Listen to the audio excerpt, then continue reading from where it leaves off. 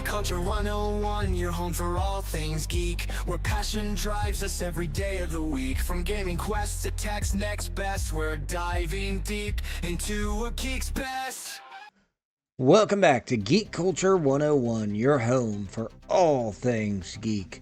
Today I want to talk to you about a game that may very well be the most underrated and overrated game on the Nintendo Switch. The game in question? Dragon Quest XI.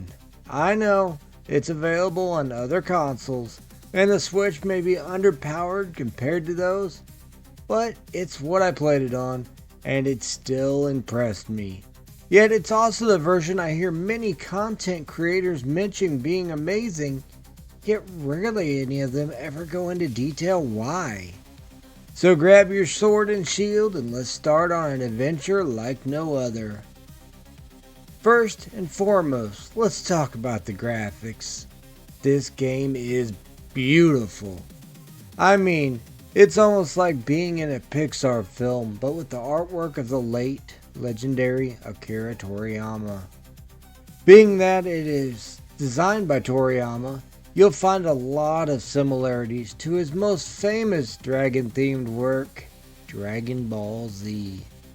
Yet it has influences and tweaks to still be original. I will say at times there are some bad pop-ups for things in the distance, and I played this primarily in handheld mode. They did seem to improve while docked, but they are still present. I don't know if on the Switch 2 this changed, but that's how it was on the Switch OLED that I played it on. Regardless, the landscapes are lush, colorful, and draw you in while still changing to reflect different aspects of the story or areas that you are in. This gives a wide variety of visuals. The gameplay is the one area that first annoyed me. You have a few ways the battle system can be implemented. A general strategy selection that doesn't really differ much depending on the choice. However, about halfway into the game, I found that the follow orders option gives me more of a traditional turn-based RPG system that I've longed for. Another aspect I took issue with is the auto run feature. It sounds great for long distances, so you don't have to constantly hold the stick, right? Well, the problem is when you enable it, your ability to turn even slightly is almost non-existent. If you aren't trying to run in a perfectly straight line in a wide open area, even landscapes that are uneven are an issue. You're going to run into something and you have to stop it to redirect. I found it's better to just hold the normal run button and control it that way. Plus, you have options to ride your horse or after a while fast travel to places you've previously been. Though the game doesn't make you backtrack too often, it's still nice to be able to fast travel when it does. As for the story, well, this is nothing that you expect.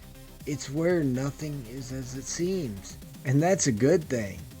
It starts out like it's going to be a very basic adventure and nothing more, but slowly, multiple subplots, complex emotional narratives, and unique turn of events come along and leave you unable to put the controller down.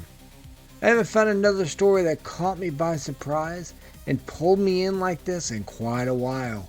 However, there are small point late in the game where it drags on slightly, but thankfully it's not too bad.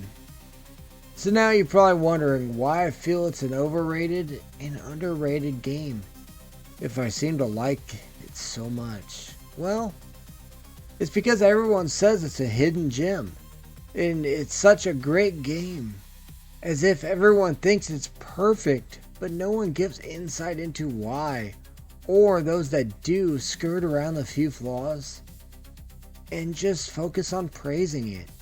To bring it much more notoriety, it's something everyone, but truly no one talks about. So with that said, What is my final verdict? It's just short of perfection, and could use some refinements, and would do well on a more powerful hardware. Therefore, I give it 4 swords out of 5. If you found this review insightful, enjoyable, or any of the above, please consider hitting that like and subscribe button. And remember, until next time, stay geeky, my friends. Stay geeky.